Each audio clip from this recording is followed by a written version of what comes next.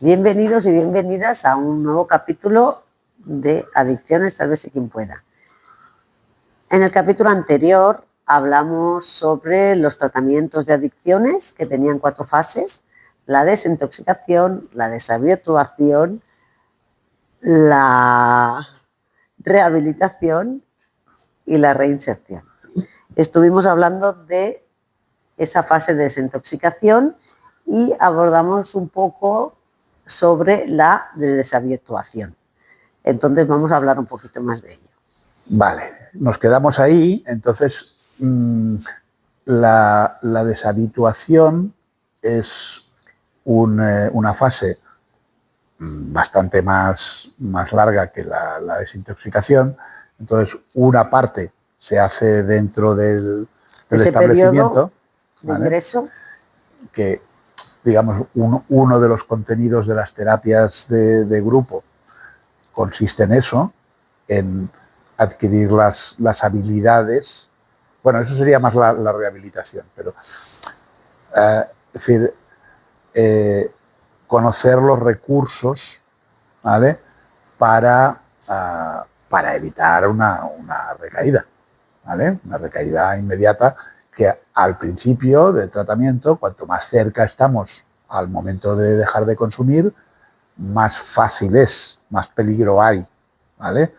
En el balneario se consideraban que hasta los 6 primeros meses el riesgo de recaída es alto, muy alto, ¿vale? Si no se siguen las pautas del tratamiento, evidentemente. Exacto. ¿Vale?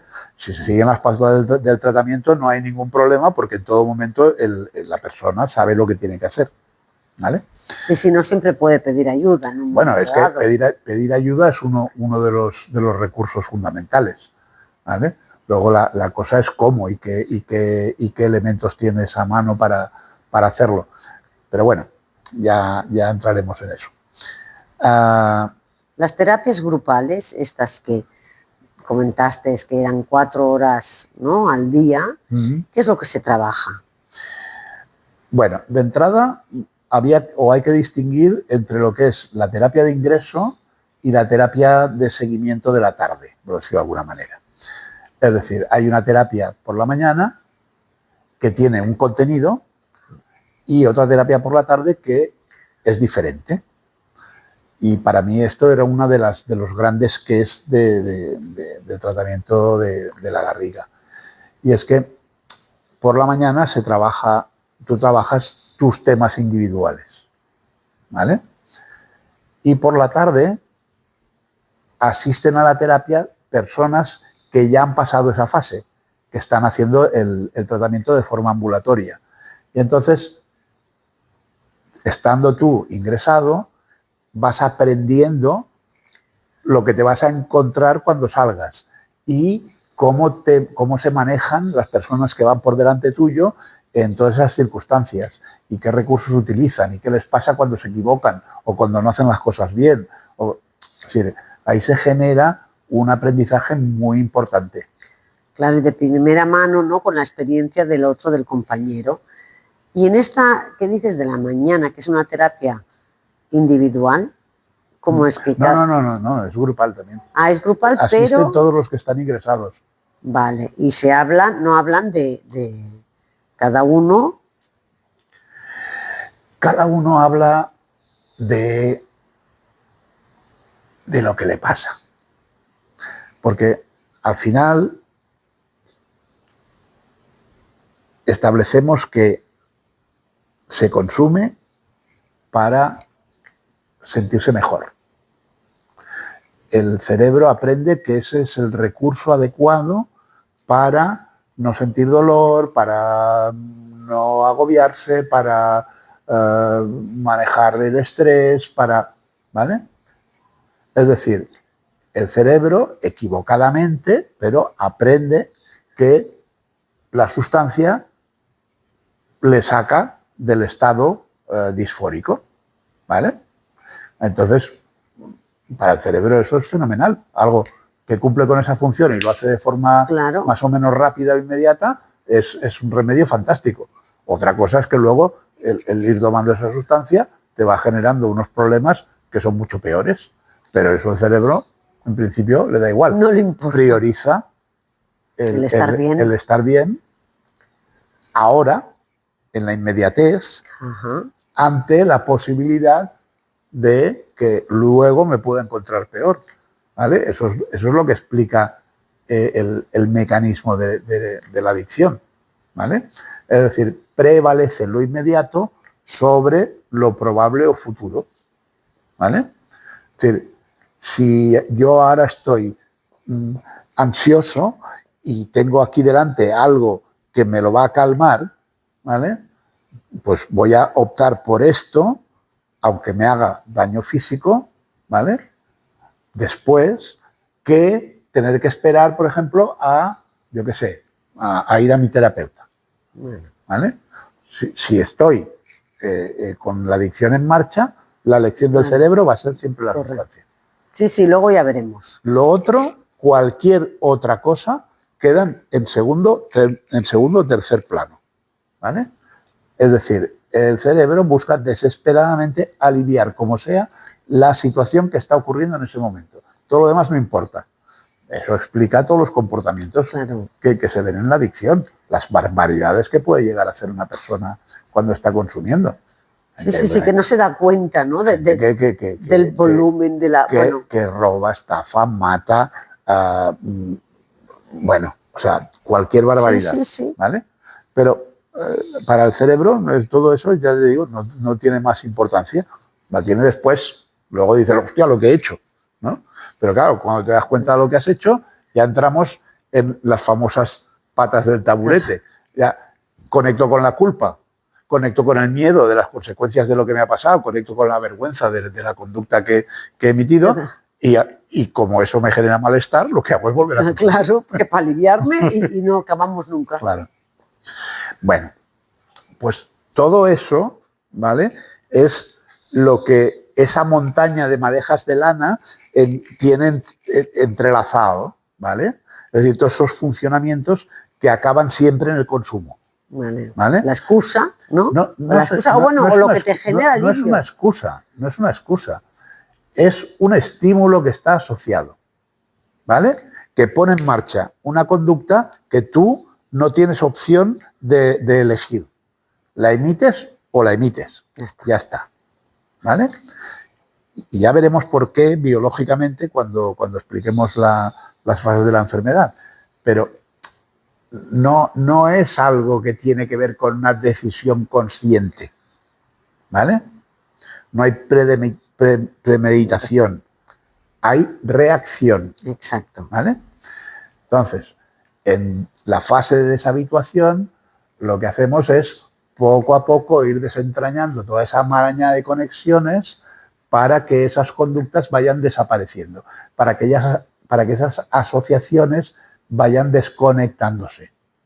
¿Vale? Porque al final, a ver, yo creo que a esto le tenemos que dedicar un capítulo entero, lo que es una recaída y por qué se produce, ¿no? Pero el tema es que cuanto más cerca está uno del principio del proceso, más automatizado está todo. Claro. Y cualquier pequeño input, ver un anuncio en la televisión, tener un sueño, un flash, un recuerdo, un olor, cualquier cosa, de pronto te puede poner en una situación, decir, yo aquí, el cerebro lo asocia, dice, tú cuando sucedía esto, tú automáticamente había un consumo. Entonces el cerebro está esperando que eso se dé. Y por lo tanto, como no se da, porque tú no estás consumiendo, te genera un síndrome de abstinencia. Vale. El síndrome de abstinencia, ¿qué hace? Te genera un malestar que lo que te está pidiendo es que le metas sustancia al cuerpo. Claro. ¿Vale? Entonces, es entendible que se necesita mucho tiempo y mucho trabajo para cambiar esa información. Para cambiar todo eso. ¿Vale? Claro, son pequeñas cosas, ¿no? Que igual... Pueden ser pequeñas o pueden ser grandes, da igual, pero es que al final todo es lo mismo. Entonces esto va a parar a lo que hablábamos de la terapia de la mañana, La terapia de la mañana lo que hace uno es hablar de todas esas situaciones que a uno le generan malestar. Muchas veces son cosas que uno ha hecho o cómo se ha sentido en tal situación o las relaciones con la familia, con la pareja, con los hijos, ¿vale? Como, en definitiva, cualquier circunstancia para el cerebro es buena para iniciar la conducta, Ajá. pues claro, el trabajo que se va a hacer ha de ser Se muy aprovecha, profundo, claro. de ver todas esas cosas que de alguna manera están asociadas a... Pongo un ejemplo así tonto, ¿no? Pues una persona pues que se ha pasado media vida bebiendo pensando que su padre no le quiere, ¿vale? Bueno, en la terapia probablemente tú te vas a dar cuenta de que eso probablemente no es así, de que simplemente es que tú no te estás enterando de lo que pasa porque vives una realidad distorsionada y además estás emitiendo una conducta que hace que, claro, tu padre no te quiera ver ni en pintura, ¿vale? Pero luego, a la hora de la verdad, cuando tú has necesitado ayuda, cuando has necesitado tal, ahí está. Entonces, tienes que empezar a replantear si eso que tú pensabas acerca de tu padre, pues tiene sentido o no tiene sentido y si se conecta con una realidad o no. Y entonces a lo mejor empiezas a ver que, hostia, pues esa idea que tenía yo, pues está equivocada. Ahora, para poder consumir a mí me iba muy bien. Exacto. Porque yo me ponía a pensar en cómo no me quería mi papá y me ponía muy triste y entonces me iba al bar a cantar Asturias, patria querida. ¿Vale? Sí, sí. Pues esto funciona así. Claro, deshacer toda una vida y volverla a rehacer, porque eso es lo que se hace en el proceso,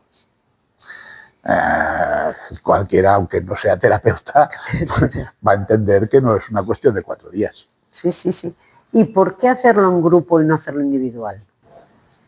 Cuando un adicto está en activo, y en activo le llamamos o bien está consumiendo o está con las conductas adictivas en marcha, aunque no estuviera consumiendo, ¿vale? Pero bueno, cuando alguien está funcionando en modo adicción, ¿vale? Vive en una realidad que no tiene nada que ver con la que vive el resto del mundo, ¿vale? Es paradigmático el nivel de autoengaño al que puede llegar un adicto para no reconocer que tiene un problema, porque eso supondría tener que dejar de consumir. Claro. ¿Vale? Una escena de pareja, por ejemplo, puede ser con mamá o con papá, da igual, con otra persona, ¿vale? Te pillan con un vaso en la mano, así, y te dicen, ¿estás bebiendo? ¿Yo? No. ¿Pero cómo que no? Si tienes el vaso en la mano. ¿Vaso? ¿Yo un vaso? No. Pero si lo estoy viendo. Tonterías dices, aquí no hay ningún vaso. Parece absurdo. Sí, sí, sí. Pero yo he oído esta escena en terapia, ¿vale?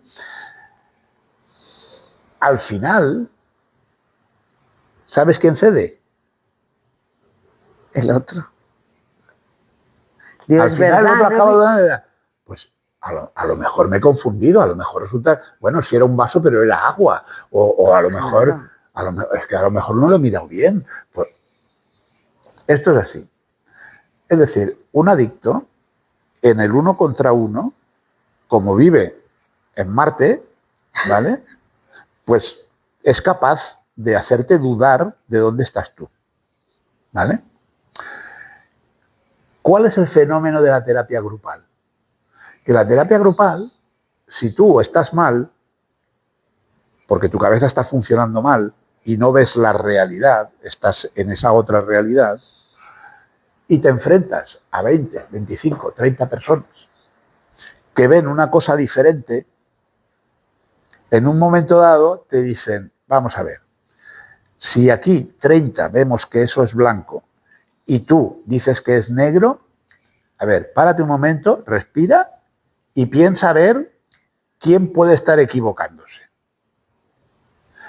claro, ahí el enfermo se da cuenta de decir, hostia, claro, sí, pues algo me pasa que yo no lo estoy viendo. ¿Vale? Sí. Entonces, ese es el poder de la terapia de grupo. ¿Vale? Que te permite darte cuenta de cuando tu cerebro no está funcionando correctamente. Y eso al principio es vital, porque al principio no tienes la capacidad para discernir. Cualquier realidad que vivas te parece la normal. Estás en activo y no te enteras. Claro, no puedes ni quieres. No, pues, si no es una cuestión de querer o no querer, si es que para ti es lo normal. Claro, sí. El grupo te pone tocando con los pies al suelo. Vale. Dice, no, que estás yendo contra dirección. Los locos no somos nosotros, eres tú. Sí. Y también porque son personas, ¿no?, de tu mismo, vamos a llamarle perfil, que vienen desde el mismo sitio que tú, que no son personas de tu familia. Evidentemente, en la primera terapia de grupo, normalmente tú vas allí y dices, están todos locos. A mí que me saquen de aquí porque estos están todos chalados. Evidentemente, en cuanto ya se establece una relación y vas conociendo a las personas y se establece esa camaradería y esa cooperación, claro, entonces al final acabas confiando en ello. Y es lo que te salva, porque cuando tú decides confiar en el grupo, tú te dejas guiar por lo que te dice el grupo, porque confías en que el grupo sí lo está viendo correctamente, aunque luego ellos individualmente estén igual de mal que tú. Sí. Pero en el grupo se genera una energía que es totalmente diferente. Aparte de que hay un terapeuta que sí, por lo que sea, detecta que hay alguna fuga, por decirlo de alguna manera, que el grupo, pues a veces el grupo pues no está viendo una cosa, pues esa es la misión del terapeuta, ¿no? Reencauzar y decir, oye, que no estáis dando cuenta de esto. Bueno, rápidamente la cosa se realinea. Vale. Por eso decías, ¿no?, que antes, que en el tú a tú, el de a uno, ¿vale?, el adicto es capaz de convencer, como si estuviera con el terapeuta, podría llegar a convencer, pero con el grupo... Un adicto te convence de lo que haga falta, O sea, se pone en una situación, en una postura en la que, o sea, no se doblega. O sea, dice que no, que es verde, que no, que es azul, que no, que es verde, que no, que es azul, que no, que es verde. Al final dice, bueno, pues a lo mejor soy yo el que me equivoco. ¿Vale? Aparte de que por necesidades del guión, es decir, debido a la enfermedad, necesitan desarrollar una capacidad de manipulación brutal. Como viven en una realidad paralela, se montan unas fantasías que se creen y te cuentan unas mentiras que, vamos, que no las elaboran ni el mejor guionista de Hollywood y que te las acabas creyendo porque es imposible que se lo haya inventado. Entonces, la terapia individual muchas veces es necesaria para tratar temas concretos, para cosas que a lo mejor pues pueden generar alguna distorsión en el grupo porque son muy crudas o porque te dan vergüenza o por lo que sea, pues la terapia individual es muy útil para poder, digamos, abrir estos temas con más confianza y luego trasladarlos al grupo, ¿vale? Pero como tratamiento básico, en la terapia individual, yo personalmente no creo. Yo lo he visto muchas veces. O sea, como a terapeuta le vendes lo que tú quieras. Yo te juro que yo no voy a consumir nunca más. Nunca, pero de verdad, ¿eh? Claro. Cuando un adicto dice eso es porque en la cabeza seguramente tiene... Claro. Pues no tiene... por qué decirte. Cuando uno sabe lo que quiere, no tiene que convencer a nadie. Exacto. ¿Vale? Sí. Normalmente, ahora no hagamos de esto un casus belli, pero normalmente cuando esto ocurre, cuidado, ¿vale? Pero esto es así. El terapeuta individualmente no tiene ese herramientas. Poder, no tiene para discernir si lo que le está diciendo es verdad o es mentira. Ahora, en un grupo no le cuela ni una. Claro, y además, como los otros también las han colado, claro, ya saben cómo va el tema y cómo se hace. Claro. Entonces, En primera instancia está esa terapia de la mañana. Se trabaja en ese nivel con personas que están todas ingresadas. Pero luego por la tarde, claro, vienen personas que ya llevan más tiempo. También explican de su vida. Claro, pero quiero decir que estas personas que llevan más tiempo ya han pasado por ahí y ya saben, se conocen todos los trucos. Claro. Porque todo lo que tú puedas hacer en el ingreso ya lo he intentado hacer otro muchas veces antes. Entonces te ven venir desde Jamaica. Claro. ¿Sabes? O sea, que ahí si cuelas algo por la mañana, por la tarde no pasa. Y para finalizar, si por si acaso aún quedara alguna duda, los sábados se hacía una terapia en la que estaban los ingresados, las personas que estaban en ambulatorio y los veteranos. Wow, los veteranos son los que ya llevan de 3 a 5 años. Veteranos normalmente eran veteranos en realidad se considera veterano de todo aquel que ha salido del ingreso, ¿no? Pero los veteranos de peso son personas que ya llevan años que han acabado el tratamiento y que de vez en cuando pues volvían a casa para ayudar, para dar testimonio. Claro, te veías entrar ahí a una persona que te decía, acabo de hacer 18 años sin consumir. Tú que yo estabas allí. Eres mi héroe. Joder. Claro, si esa persona te cogía, te miraba y te decía, muchacho, no vas bien. Aquello te aseguro que impresiona. Peor que la Guardia Civil, ¿no? Sí, sí. Mejor le hago caso porque, ¿vale? Entonces, bueno, pues ese es el tema. Muy y así, bien. Así funciona. Pues vamos a seguir en otro capítulo porque tengo muchas más preguntas que hacerte que me van apareciendo a partir de que vas explicando. Pues para eso estamos aquí. Muy bien. Pues nada, nos vemos en el capítulo siguiente y muchas gracias.